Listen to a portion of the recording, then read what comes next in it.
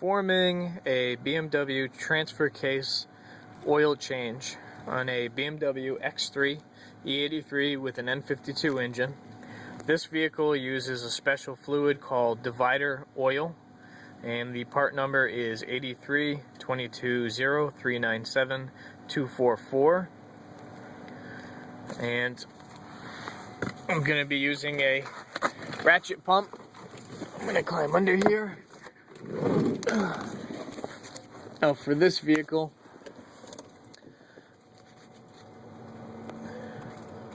you have a fill plug up top and you have a drain plug on the bottom, and that's on the back side of the transfer case for this vehicle.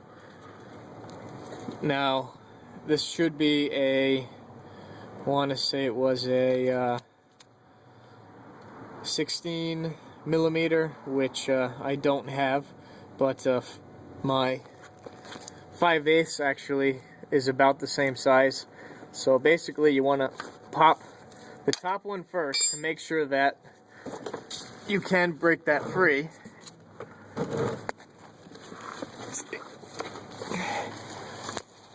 And once you know you can break that free, then you can go ahead and drain the bottom. You never want to drain the fluid and then realize that the top here,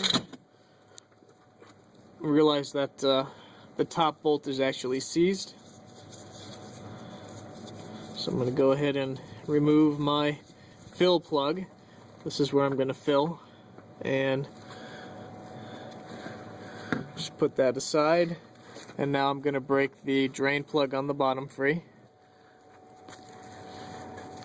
Going to go ahead and remove the drain plug from the bottom to drain my transfer case fluid. Whoa, it's a lot of oil. Actually, the transfer case only takes about 1 liter, sweetheart, which isn't really too much. So you're going to let that drain fully. Now, this does have copper washers. I didn't think to grab any, so I'm going to reuse these, but it should be fine. If you, on your second change, you're definitely going to want to replace them. They are a crush washer. So let that drain first, and then I'm going to go ahead and reinstall that bottom drain, and then you fill from the top plug until it overflows. And on this, you do that with the vehicle not running. I'm going to use a ratchet pump to transfer the fluid. Now I have done a transmission flush last using the same pump. So what I did was take a little bit of divider fluid and already run it through the pump.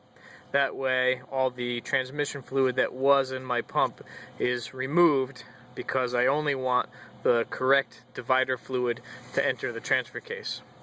So I'm going to use this longer line that came with this kit and my shorter one for the bottle. I'm going to run this line up to the fill plug, or the fill hole in the transfer case, and I'm just going to run my ratchet and transfer my fluid until it overflows into my bucket. Okay, here's my transfer line, and I have it run up to the fill plug on the transfer case, and I'm just going to run my transfer pump until it overflows, and then I can go ahead and install the fill plug. Alright, let's see, I gotta be able to record this and hold my transfer pump from spinning at the same time. Let's see if I can do this. I've got my fill. There we go.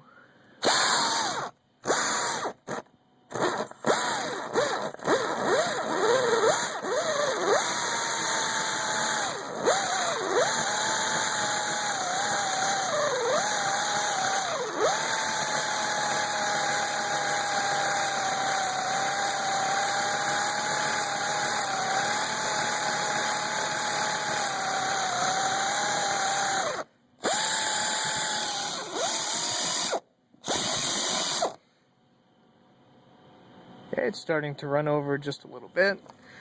I'm going to use up as much fluid as possible.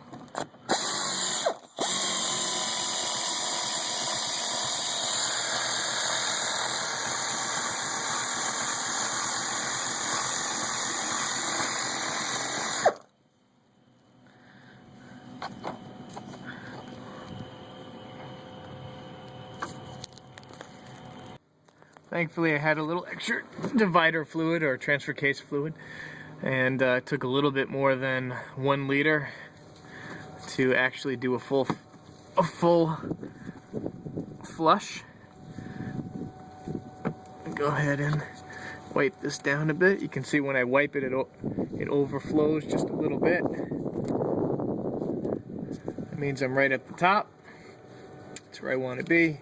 Go ahead and install your drain plug and snug it down.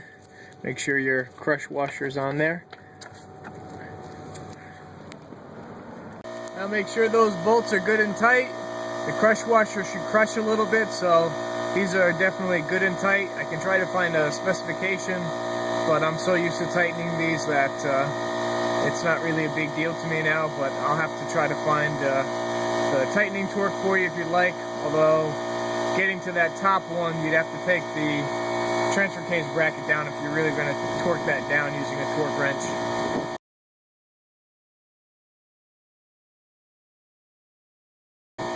Just easier just to tighten it and then give it maybe a quarter turn, and you can feel the crush washer crush. Sprayed it down with a little bit of brake clean, make sure there's no leaks, everything's tight and good to go. So a little awkward to do this on the ground, but definitely something that if you're a do-it-yourselfer, you can actually take care of yourself. Just make sure that you put the right fluid in.